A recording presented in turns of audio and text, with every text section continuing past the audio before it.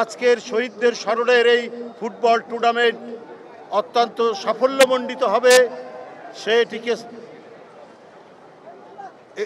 এটিকে অত্যন্ত সুন্দরভাবে সে সম্পন্ন করবে, এটা আমরা বিশ্বাস করি। বন্ধুরা আমার, শহীদদের স্মরণে আমরা 36 দিন ব্যাপী যে কর্মসূচি আমরা গ্রহণ করেছি বিএনপির পক্ষ থেকে এবং বিএনপির ভারপ্রাপ্ত চেয়ারম্যান জনাব তারেক রহমানের নির্দেশ করবে, তারই অংশ হিসাবে আজকে শহীদদের স্মরণে এই ফুটবল টুর্নামেন্টের অনুষ্ঠানটি হচ্ছে।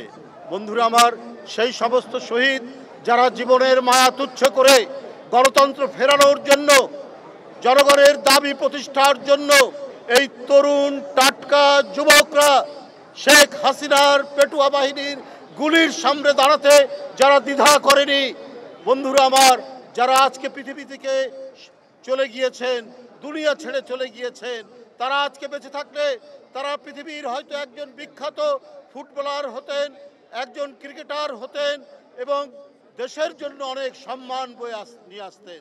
প্রত্যেকেই ঢাকার কোনো না কোনো নাম করা শিক্ষা প্রতিষ্ঠানের ছাত্র ছিল।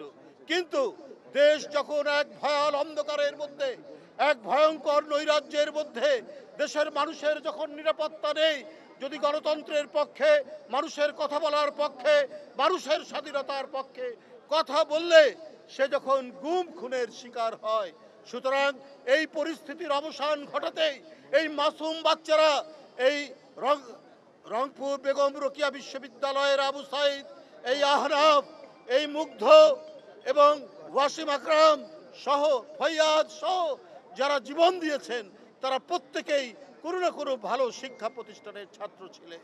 কিন্তু তারাই সাহস করে এসছেন, তারাই বলেছেন এক বন্ধু গুলি খেয়ে পড়ে যাচ্ছে, আরেক বন্ধু বলেছে পানি লাগবে পানি। এই ধরনের আত্মদান, এই মহিমান্বিত আত্মদান পৃথিবীর কোনো সংগ্রামেই খুব কম দেখা যায়, যেটি আমরা বাংলাদেশে দেখেছি। কারণ কি, অনেক লাঞ্ছনা, অনেক শোষণ, অনেক জুলুম এবং জালিম শাহের অনেক অত্যাচার তারা নিজ চোখে দেখেছে। তারা দেখেছে তার ভাইকে নিয়ে গিয়ে অদৃশ্য করে দেওয়া হয়েছে। এই যে আপনার সঞ্জিদা তুলির ভাই সুমন, আমার অত্যন্ত একজন ঘনিষ্ঠ ছোট ভাই, আজকে সেই নেই। প্রত্যেকটা কর্মকাণ্ডে, রাজনৈতিক কর্মকাণ্ডে সে থাকতো, সে আজ নেই। আজকে জাকির কোথায়? আজকে এমপি ইলিয়াস আলী কোথায়? আজকে চৌধুরী আলম কোথায়? এই তো সব ঠিকানা তো জানার কথা শেখ হাসিনার। তার আইন শৃঙ্খলা বাহিনী তাদেরকে তুলে নিয়ে গেছে।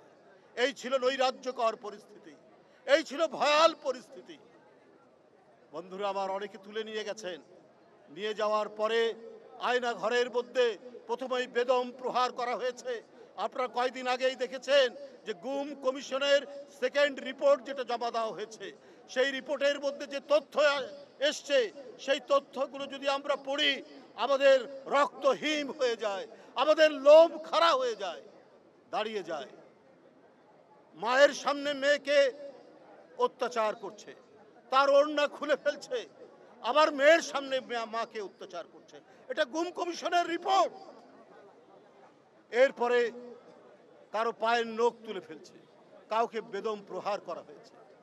এই যে বিভৎসতা, এই যে পৈশাচিকতার কি ভয়ঙ্কর দৃষ্টান্ত স্থাপন করেছেন শেখ হাসিনা, এইটা ভাষায় বর্ণনা করা অত্যন্ত কঠিন।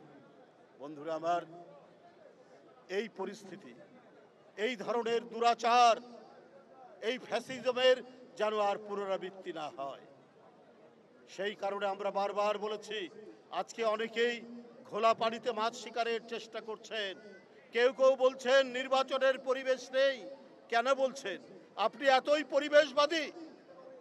পৃথিবীর যুগ যুগ ধরে যে সংগ্রাম, আন্দোলন, মানুষের যে অধিকার, এই অধিকার তো রাজনৈতিক সংগ্রামের মধ্যে দিয়ে এগিয়ে এসছে।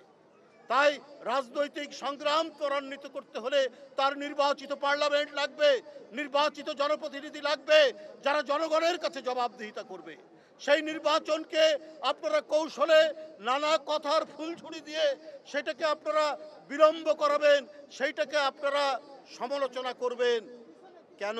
এর উদ্দেশ্য কি? আপনারা আজকে কিসের কথা বলছেন? আমরা তো জানি আপনাদের ঐতিহ্যের কথা।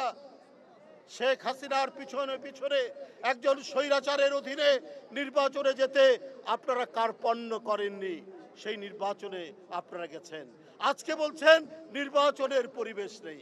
হাই, তিনি আজকে এতই পরিবেশবাদী হয়ে গেলেন, এত পরিবেশবাদী হয়ে গেলে আপনারা বিশ্ব পরিবেশের যে আজকে যে অবনয়ন দেখছি, আপনারা সেইটার উপর কাজ করুন। আর রাজনৈতিক পরিবেশ তো হচ্ছে আপনার একটি অবাধ সুষ্ঠু নির্বাচন, জনগণের গণতান্ত্রিক অধিকার, জনগণের ন্যায্য অধিকার, মানবাধিকার প্রতিষ্ঠা। এর জন্য আপনার দরকার নির্বাচিত পার্লামেন্ট, এর জন্য দরকার রাজনৈতিক অধিকার। এটাই হচ্ছে রাজনীতির সুষ্ঠু পরিবেশ। আমরা সেই কারণেই বলেছি যে অতি যৌক্তিক সময়ের মধ্যে সংস্কার সম্পন্ন করে অবাধ সুষ্ঠু নির্বাচনের ব্যবস্থা করুন।